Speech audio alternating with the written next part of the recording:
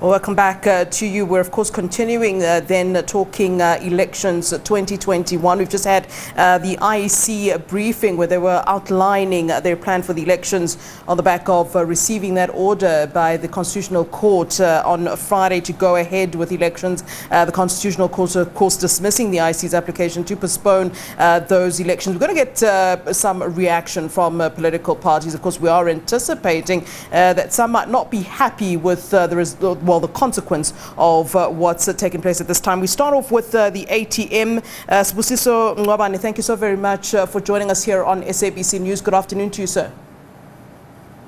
Afternoon, I'm Sbusiso Ngwabe. Thanks for the opportunity. Thanks so much. So just as a start, let's get some reaction then from the ATM party in terms of what's been said then this afternoon. Certainly a lot to react to. Voter registration weekend being set, the commission saying that they will set the new timetable and the minister gives dates for the elections. But very importantly, and I suppose most of the political parties this afternoon will want to comment on the fact that there's a reopening now of candidate lists, which some are saying already that this favors the ANC. Well, that's our view as well. We see this as a rescue to the ANC. You will recall that they've recently withdrew their application to court. And there have been those rumors that they are withdrawing on the basis that maybe someone would have tipped them off about the court judgment. Yeah. But what is happening now is clear that it's a benefit of cadre deployment of the ruling party. The IEC, I've listened to them trying to explain and deny that, but it's clear they've come to the rescue of the ANC. They've just become the messiah of the ruling party. But would it not be odd for voter registration to be reopened and then nominations not reopened? That's just a consequence legally of what happens when a voter registration is reopened. Surely this is a legal consequence of this. No, Sis Flo.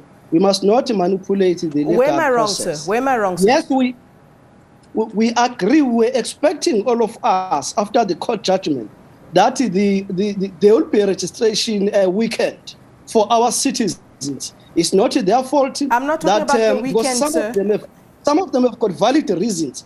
But for the submission of candidates, something that was entirely in the hands of the parties, when they fail to do their work, when they've performed so badly in their administration, then the IEC come in their rescue. For the citizens, yes, it's fair, it's legal, it was expected, we accept it. But you cannot rescue the ANC by manipulating the legal system like that. I'm not sure how the legal system was manipulated in the sense. The Concourt, in fact, dismissed the IEC's application to postpone the elections. That, I suppose, would be in favor of the ANC. But they didn't even win in terms of their application in the Constitutional Court. So how has the law, or is the law being manipulated at this time? But the law in this case is on how, don't get me wrong that the court have said that, the court didn't, on how the IEC and its councils have interpreted the court judgment. They interpreted it in a way that will save their masters, not in a genuine way. We are all expecting that, as I'm saying, registration weekend for our citizens will be opened. Some of them have been moved from their previous wards, whether they're retrenched from work or they've got employment. That is what, and it is beyond their powers. That one is expected. But to interpret the law in order to cover someone who has performed badly in his or her administration, that is where the problem comes in. That is where that really, to deploy your own cadres in strategic sectors of governance will come and help you certain days. That is what we see. Of course, the IEC is trying by all means to try to deny that. Look, on issues of parties failing to comply with the IEC rules, there's a precedent. NFP at some stage, IFP and Uku district in KwaZulu-Natal at some stage, those precedents are there when we interpret the law. All right, Mr. Ngwabe, thank you so very much for giving us your time and giving us a reaction from ATM. We'll certainly get to chat to you closer to the time of those elections. Thank you, sir. All right, let's then get more reaction. And we're now joined by One South Africa leader, Musi Mamani. Mr. Mamani, good afternoon to you. Great to see you. How are you? Good afternoon, and good afternoon to fellow South Africans. It's a very significant day for our democracy, and I'm certainly looking forward to elections on the 27th of October. Yeah. What do you think about the fact that the IEC has said that the opening of the nominations is consequential to voter registration that we will have? I'm anticipating that quite a few of the organizations and political parties will in fact be upset of what they might believe is something that's in favor of the ANC at this time. Look, I think certainly on behalf of the citizens of this country, I think there's a complete irrationality to the decision to open candidate registration, mainly because when the Minister of Cooperative Governance and Traditional Affairs proclaimed the elections, the timetable was set in motion. And everyone in the country who had an interest in being representatives of the public complied with that. Now, when you want to undermine the principle of free and fair elections, it's when you start to change rules. And this has been a consistent theme across the continent. It cannot be a cancer that will affect South Africa. And therefore, naturally, I think that as the people of South Africa, we cannot simply sit here and say, if there were political parties that mismanage their own processes, that we should simply sit by and allow them to have a timetable adjusted. That's firstly. And secondly, I think registration weekends were always something we knew coming forward. And therefore, that's why we registered Section 15A organizations who sit in communities, registered for elections, registered independent candidates, so that ultimately they can contest elections. So if you start to adjust the timetable in this manner, not only do you undermine the process that you've already set in place, but you stop citizens having the confidence to believe that elections are actually working in a free and fair manner. And I think that this is something that the IEC must be held accountable for. The risk to any country and to elections, and particularly to South Africa, has always been the IEC. And I think that it's up to citizens to take back that power and ultimately hold them to account. All right, Mr. Mamani, thanks for giving us your time then this afternoon. Let's get more reaction from other political parties. We'll certainly catch up with you at a later stage. All right, let's then talk to the IFP then, and we have the IFP's Mkhuleko Hlengwa with us via Zoom as well. Mr. Hlengwa, good afternoon. Thank you for being with us. An absolute pleasure, Sis Flo. Good afternoon to you and the viewers. All right, so what's your reaction then as the IFP, as I've basically posed similar questions to all the political parties this afternoon, just because I can see that there might be some contestation with regards to the reopening of the candidate list, and I think that's perhaps where we can start off our conversation then, Mr. Hlengwa. Well, this is a political interpretation on the part of the IEC, not a legal one. And there is established precedence to this. The IEC has been very rigid previously on timelines, and the ease with which now they have succumbed to the political pressure to change things is in itself an indication of an IEC which is venturing a slippery slope of political bias. The Constitutional Court judgment, you will recall, you have to read it in its entirety. And the EFF had made an application to the court for adjustments to the timeline. The court dismissed that application, and the court was quite specific about the areas upon which the IEC could actually, make amends. It is quite interesting, of course, watching that press briefing and IEC coming into the public space with the highest level of arrogance and not actually having a full appreciation of the ramifications of this, even just from a perspective and perception point of view, because in politics that counts. But the legal injunctions which are at play here certainly do not allow for the IEC to make these changes. Yeah. Let me make one example. Sure. In 2011, the IFP missed a deadline in Umzumbe and in some parts of Mpumalanga. The Electoral Court after having been petitioned by us, granted us an opportunity to make those submissions of those areas. Yeah. The IEC itself ran to the ConCourt to actually prevent and appeal that decision. So the manner in which they now are saying, even in this press briefing, that trying to throw precedents out the window. The precedents we know is of an IEC that is very rigid, very firm, and very to its own timeline. Then the willy-nilly changes which we have seen today are highly regrettable. So are you then debating or rather arguing with what the IEC has said then this afternoon, where they've said, look, we said to the ANC we cannot in fact reopen on an ad hoc basis the candidate list, the registration for candidates. They've said that this afternoon, and you're saying, look, this has happened before. We as the IFP have had a situation where this did happen. Are you then arguing what the IEC is then saying today? And on the back of that, perhaps maybe then what I should ask you is then, does that put the credibility of the IEC in question at this time? Is that what you're then saying to me? I think we lost you a little bit there, Mr. Tlangwa. Can you hear me? Sis Flo? Can you hear me, Mr. Tlangwa?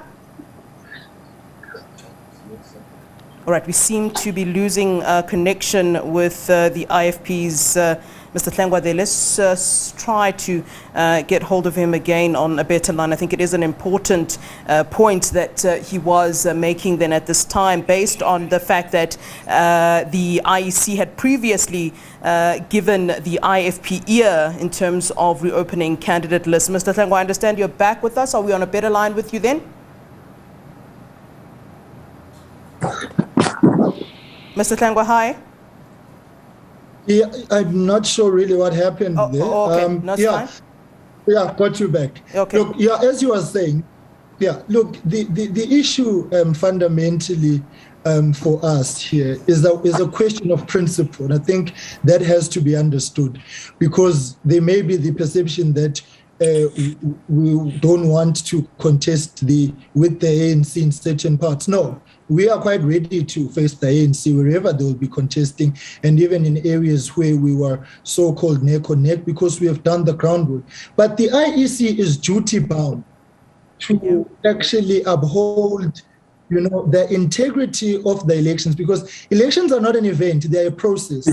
And these processes we are engaged in now are to elections that are free and fair and free from intimidation. And that elections must enjoy the public confidence, and they must be credible. And so the IEC now with this decision is actually compromising itself and compromising the elections. There was an extension on the 23rd from 5 o'clock to 9 p.m. And we want to reiterate the 23rd was not the day of submission. It was the last day for submission. So there is no basis for anybody to call into question the processes that were employed for submission, other than the fact that there was poor planning, and that now this decision seeks to solve the political problems of the ANC. And so we are exploring our legal options. The IFP's National Campaign Committee met today, and I'm sure we'll be receiving a report back from our legal team by the end of today on the best possible legal avenues to actually deal with this matter. And I want to really reiterate, Sis Flo and the viewers,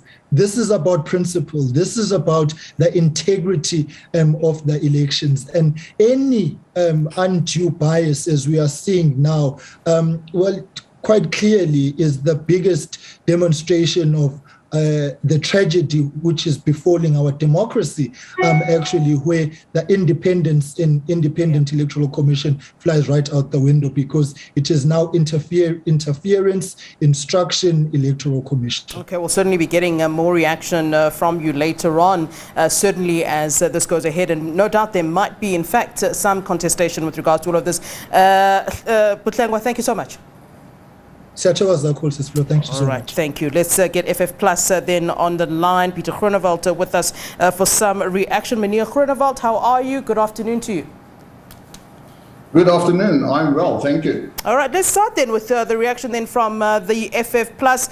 A lot to react to then this afternoon, but I think that most parties also want to talk about the issue of the reopening of the candidates list. Some at this time already saying, well, this favors the ANC, the ruling party, but the IEC at this time saying, look, we did everything legally. We did everything according to the legal way of having to do things. What is your reaction then this afternoon after the IEC gave its briefing outlining then the plan for the elections?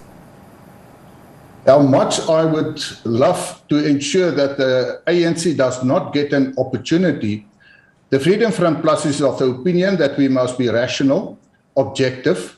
The fact of the matter is that the Constitutional Court declared the previous proclamation as unconstitutional. That means that now we have another opportunity for voters to register. And because of that, you can have a situation where people who were not on the voters' roll, who wants to be a candidate, can now register. And the moment they are registered, then they are eligible to become a candidate. And if you refuse them that opportunity, then you have another problem from a legal perspective. So unfortunately, the Freedom Front Plus, and I want to emphasize, we don't actually wanted the ANC to have another opportunity to submit candidate list or register them. Yeah. But that, as far as we are concerned, is the legal position. And I want to emphasize that, and I want to appeal to the voters of South Africa. The 18th and the 19th September, there will be an opportunity in all voting stations. But don't wait until the 18th and the 19th. You can register as a voter at this moment. You can visit the website of the Electoral Commission and you can register. And I think what is most important, what we must tell the voters of South Africa, this election is different from the national and provincial election in this sense. In the national election, if you are registered, you can be at any place in South Africa on election day and you can vote. Yeah. On provincial level, you can be at any place in the province and you can vote for the province. But with this election, you can only vote from the ward where you are registered. So I really appeal to the voters of South Africa. This is an opportunity, and make use of that opportunity. We can make a change in the future democracy of South Africa. All right, let's leave it there. Peter Groenewald, thanks so very much giving us a reaction then from the FF Plus. Let's continue then with our reaction then this afternoon from the different political parties. And just note, we have reached out to basically all the political parties this afternoon. We're not leaving anyone out. In fact, we were not able to get a hold of some of them. But in any case, let's get reaction. Then I do believe that Cope is with us now. Dennis Bloom. Mr. Bloom, good afternoon to you.